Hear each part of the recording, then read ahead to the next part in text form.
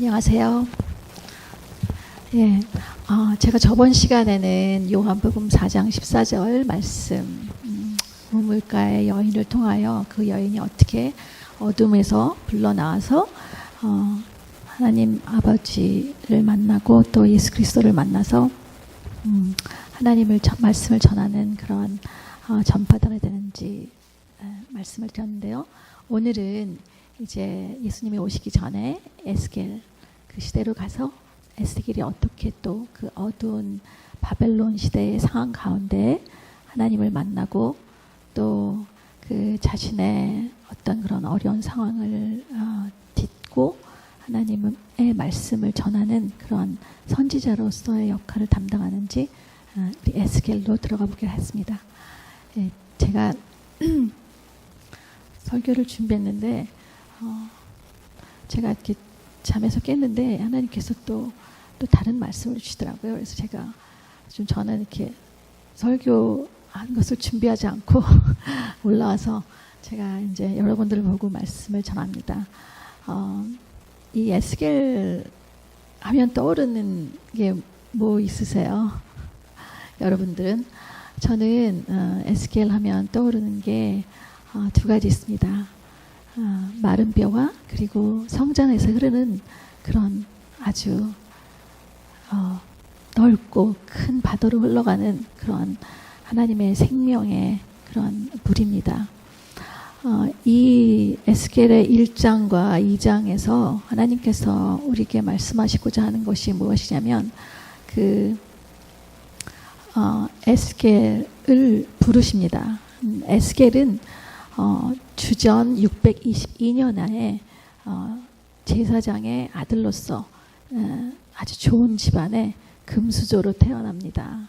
그리고 에스겔이 자라날 때는 요시야 왕의 개혁, 종교 개혁으로 말미암아서 비록 그 유다 전체가 타락했지만 에스겔은 아주 그 제사장으로서의 훈련을 철저하게 받고 또 모세 오경의 어떤 그런 말씀 속에서 미래에 유다를 다스리는 제사장으로서의 그런 어떤 그 예비 제사장으로서 훈련을 받고 자라는 사람입니다. 그래서 보통 이제 유대 관습으로 30세가 되면 이제 제사장으로서 역할을 맡는데 에스겔이 25살 되던 그 해에 말하자면 주전 597년에 바벨론의 침입으로 인하여서 갑자기 여호와긴 왕과 함께 전쟁 포로가 되어서 그발 강가 지금 말씀에 나오죠. 그런 텔 아빕이라는 건 포로 수용소에 갇히게 됩니다. 그러니까 에스겔의 말하자면은 그 스펙은 뭐냐면 아주 지금 말하면 서울대학교 졸업하고 그리고 사법연수원에서 그 법적인 훈련을 받고 이제 판사로 임명이 돼야 되는데 갑자기 전쟁이 나서 전쟁 포로로 끌려가갖고 전쟁 수용소에 있는 상황입니다. 그래서 25살에 갑자기 전쟁 이제 포로가 돼서 이제 델라비라는 수용소에 있죠. 그런데 5년 동안 어떻게 살았겠습니까? 이 전쟁 포로가 된 다니엘을 비롯해서 말하자면 바벨론에 있는 왕들은 그 유다 민족이 똑똑한 걸 알고 이 똑똑한 젊은이들을 끌려가서 거기서 이제 훈련을 시키죠. 자기 사람으로 만들려고. 그런데 하나님은 5년 동안 나타나시지도 않아요. 근데 에스겔은 그 5년 동안 뭘 했겠습니까? 빨리 포로에서 이제 자기가 해방돼서 이제 예루살렘 제사장의 역할을 빨리 수행했으면 좋겠다. 동료들과 함께. 근데 이러한 한 가지 희망으로 지금 포로로서 비참한 생활을 살아가던 중에 30세 되던 어느 날 BC, 그러니까 593년에 하나님이 나타나셔서 에스겔은 원하지 않았지만 하나님의 권능이 임해서 하나님의 하늘 보좌로 올라갑니다. 하늘 보좌로 올라가서 하나님의 영광을 마주대하고 하나님의 권능을 입습니다. 그리고 그곳에서 하나님의 영광을 바라보고 또 하나님의 영대로 움직이는 내 생물을 바라보게 됩니다. 앞엔 사자, 소, 그리고 또 이제 독수리, 사람 이런 형상을 가진 내 생물은 하나님의 영에 의해서 바퀴가 돼가지고 움직이라면 움직이고 서라면 서고 그렇게 하나님을 찬양하면서 하나님의 영을 가지고 사는 그 생물들을 봅니다. 그래서 너무 기가 막혀서 사실은 정신이 너무 없는 가운데 하나님이 말씀하십니다. 에스겔에 내려진 소명은 뭐냐면, 에스겔아, 너는 네 동족들한테 가서, 네 동족들은 이제 너무 패역하고 너무 타락했기 때문에 이제는 망할 거야. 너희들이 이제 죽을 거야. 라고 하는 말씀을 전하는 소명을 받습니다. 여러분들도 생각하시겠지만, 아니 사랑하는 자한테 가서 얘 너 죽을 거야 라고 얘기하면 어느 누가 제정신으로 보겠습니까?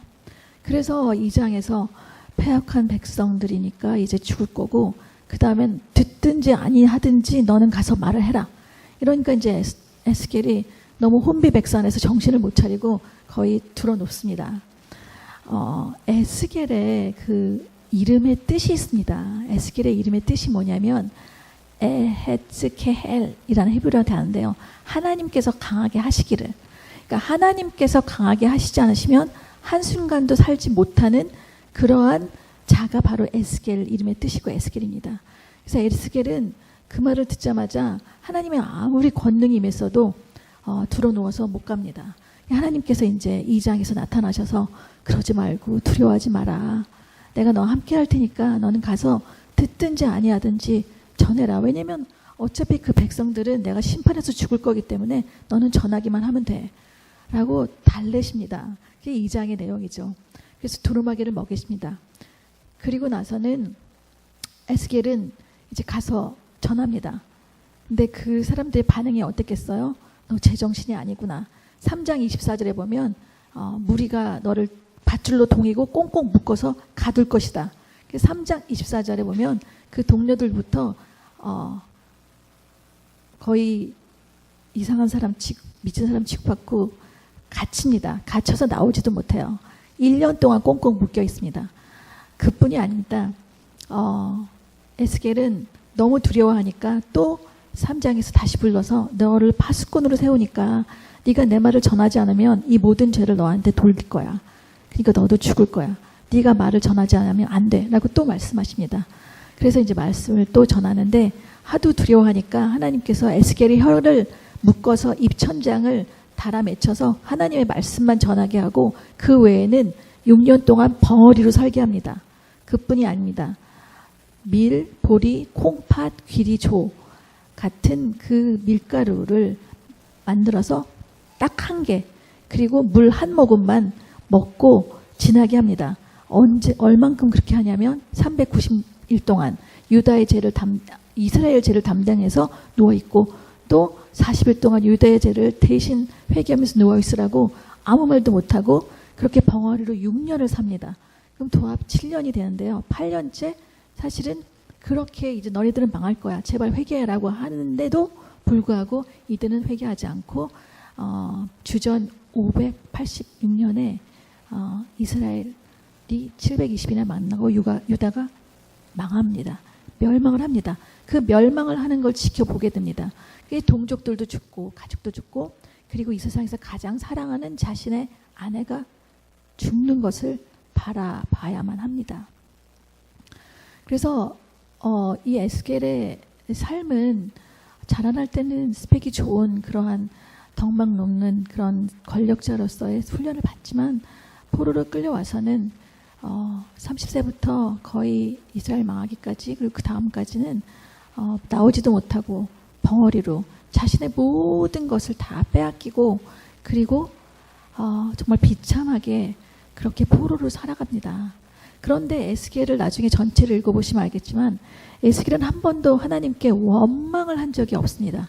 에스겔을 통해서 한 번도 하나님이 왜 이럽니까라고 한 그러한 구절이 찾아볼 수가 없습니다. 그래서 저는 생각을 했죠. 이건 무슨 힘일까?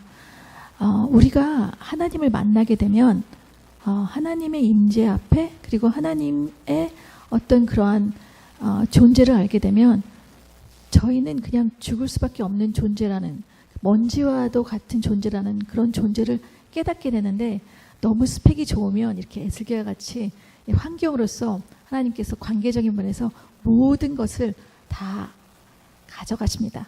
욥도 그랬고 저도 개인적인 경험이 많습니다. 그런데 에스겔은 그러한 가운데 하나님을 알았기 때문에 하나님의 어떤 분인가를 알았기 때문에 에스겔은 이 모든 것을 감당을 하게 됩니다. 에스겔은 하나님을 어떤 분으로 알았냐면 제가 제일 좋아하는 구절로서 저번 시간 얘기했듯이 영생이 흐르게 하는 그런 샘물을 주시는 그런 생명과 생기의 하나님이십니다. 우리가 하나님을 만나면 모든 죽었던 것이 살아납니다. 그렇기 때문에 에스겔 생각하면 두 번째로 이 마른 뼈가 생각날 것입니다. 그러니까 에스겔은 뭐냐면 맨 처음에 하나님이 에스겔을 불렀을 때는 너는 죽을 거야. 너도 죽을 거다. 모든 사람이 죽을 거야. 하지만 너네가 왜 마른 뼈가 되냐? 그 마른 뼈가 되게 하는 원인은 우리가 갖고 있는 모든 세상적인 것, 또 모든 하나님부터 오지 않았던 것, 모든 이 세상의 신들을 섬기면서 우리가 이 갖고 있는 이 더러워진 것들이 하나님과 함께할 수 없기 때문에 하나님의 그 새로운 사람으로, 하나님의 생기로, 하나님의 성령으로 우리를 채우시는 것입니다. 아까도 말씀드렸지만 우리를 정금과 같이 훈련을 하셔서, 그러니까 바벨론 시대에 그 에스겔을 부르셔서 에스겔을 먼저 정금과 같이 모든 때를 벗기시고 또 에스겔의 동료들, 에스겔을 통해서 하나님께서 나오고 회개하는 자들에게 하나님께서 생기와 또 그 마른 뼈가 살이 붙어서 하나님의 사람으로 하나님의 군대가 되듯이 그렇게 정금같이 훈련시키시기 위하여 맨 처음에 우리 자아를 죽이시는 것입니다. 우리 다 같이 갈라디아서 2장 20절을 한번 보겠습니다. 갈라디아서 2장 20절에 보면 갈라디아서 2장 20절을 한번 다 같이 읽어 보시겠습니까?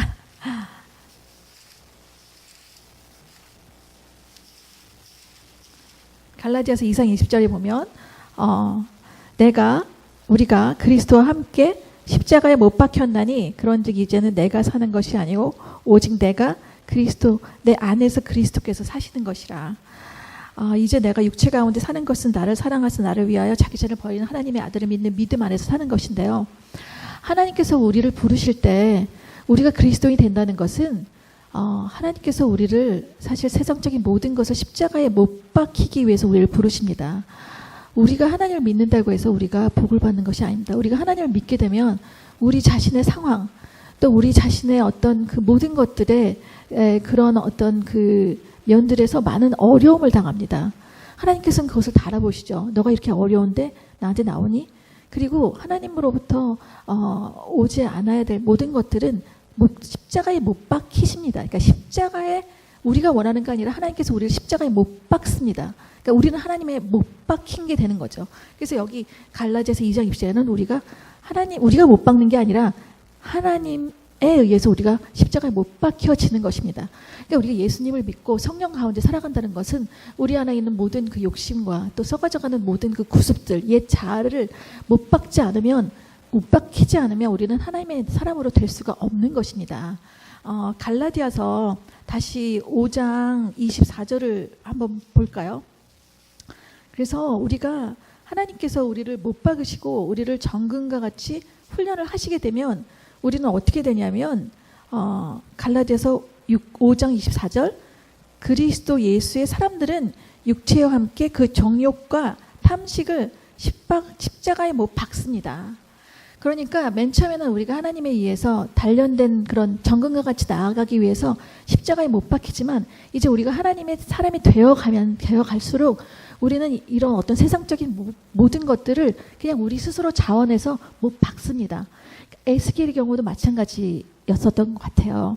그러니까 포로로 끌려왔어요. 그래서 자신의 모든 것을 다 빼앗깁니다. 그리고 자신의 가족과 이 세상에서 가장 사랑하는 자신의 아내마저 하나님께서 데려가시지만 유대의 어떤 패역함 때문에 슬퍼할 수도 없습니다. 장례식도 못합니다.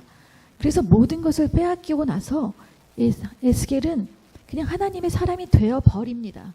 하나님의 사람이 되어버려서 그 자신의 그 죽음을 통해서 에스겔의 동료들도 에스겔의 삶을 옆에서 지켜보시지 않았겠습니까? 에스겔 저 아무것도 없구나. 그런데 저 에스겔은 뭐지? 하나님의 말씀을 계속 전하네. 그러면서 이제 3장에는 사람들에 의해서 감옥에 갇히지만 8장에 가면 에스겔 8장이나 에스겔 11장에 가면 사람들이 에스겔에게 물으러 옵니다. 우리 어떻게 해야 되냐? 우리 어떻게 살아야 되지? 그럼 그때서 이제 에스겔은 말을 합니다.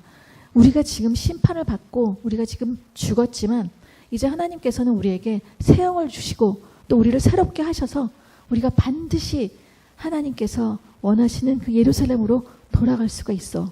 그러니까 우리는 먼저 회개하고 먼저 하나님께 나와서 우리가 정결하게 되면 이제 하나님께서는 다시 예루살렘 성전을 회복하실 거야. 그렇게 말을 합니다. 그래서 이제 마른 뼈들의 얘기가 37장에 나오죠. 그리고 이제 37장에 하나님께서 말씀하십니다. 이제 내가 에스겔서 8장에는 너무 가혹한 너무 솔로몬 때부터 거의 390이라는 건 390년을 의미하는데요. 솔로몬 때부터 한 번도 이방신을 섬기지 않은 적이 없습니다. 아세라 신전, 바알 신전, 하나님이 그렇게 택하셨는데도, 하나님 그렇게 이스라엘 백성을 택하셨는데도 이스라엘 백성들은 끊임없이 가증한 행위를 하고 난잡한 행위를 하고 가나안의 풍속을 쫓고 그렇게 살아갑니다. 그렇기 때문에 하나님은 할 수 없이 심판을 하시고 하나님의 백성으로 정결케 하신 다음에 8장에서는 하나님은 할 수 없이 떠나십니다. 내가 도저히 이런 곳에 못 있겠다. 여자들은 단무스, 죽음을 애곡하는 그런 제사를 하나님의 성전에서 드리고 하는 장로들과 그리고 이 제사장들은 다른 신들을 이방신을 예배하는 그런 신을 드리니 어떻게 하나님이 있으십니까? 그래서 예배서 8장에는 떠나지만 37장에 내가 새 영을 너한테 들어오니 2장에서 굳은 마음을 제하여 버리고 부드러운 마음을 이제 내가 너에게 줄 것이다 라고 하시면서 하나님께서는 에스겔서 47장에 다시 성전으로 돌아오십니다.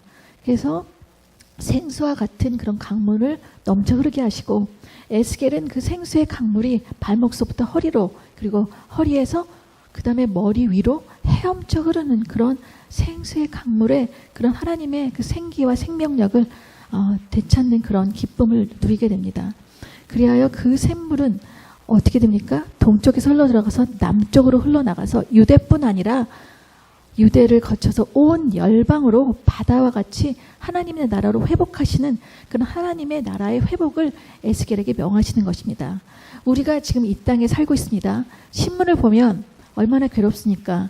요새는 기가진이가 나와서 기가진이 텔레비 켜줘. 기가진이 나의 길을 알려줘. 그러면 다 알려지는 그렇게 우리가 이제는 모든 것이 기계에 의해서 우리의 삶이 인도받는 그런 시대가 왔습니다.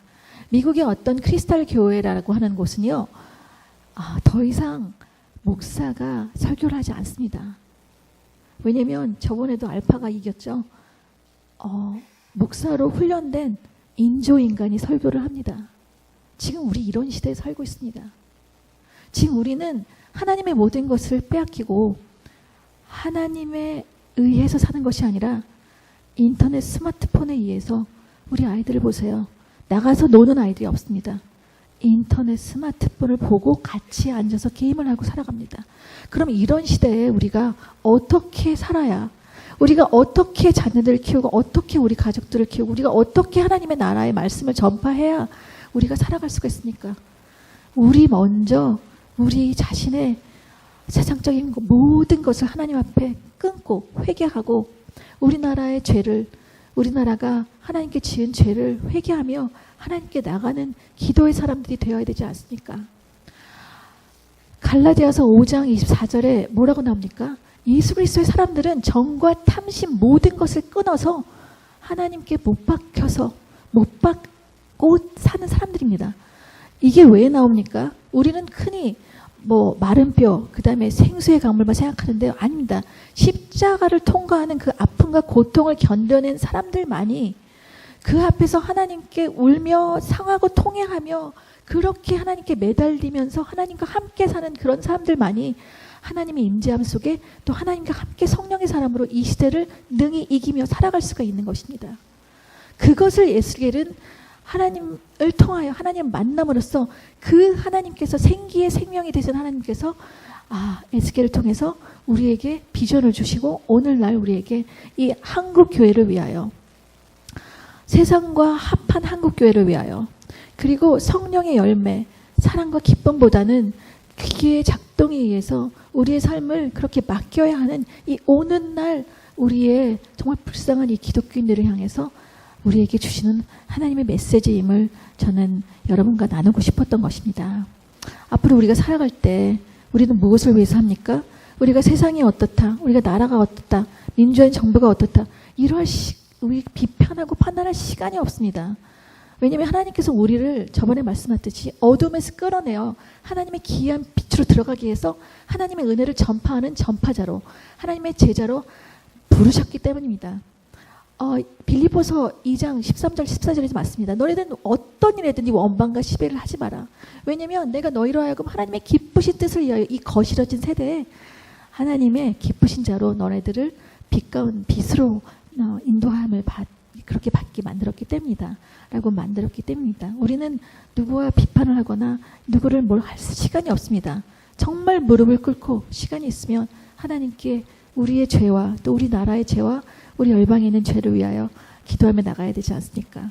우리가 다 같이 선교사로 가면 얼마나 좋습니까? 그러나 하나님께서 이곳에 남겨진 이유는 또 에스겔이 그렇게 남겨져서 남은 자들을 위하여 하나님의 말씀을 전하고 또 그 남은 자들이 하나님의 나라의 회복을 위하여 그렇게 예루살렘을 돌아갔던 이유는 우리가 하나님의 다시 오실 이 하나님의 나라를 위하여 우리가 준비하고 다시 오실 예수님을 위하여 준비하며 우리가 예수님의 그 말씀과 복음을 전파하며 살아가야 되지 않겠습니까?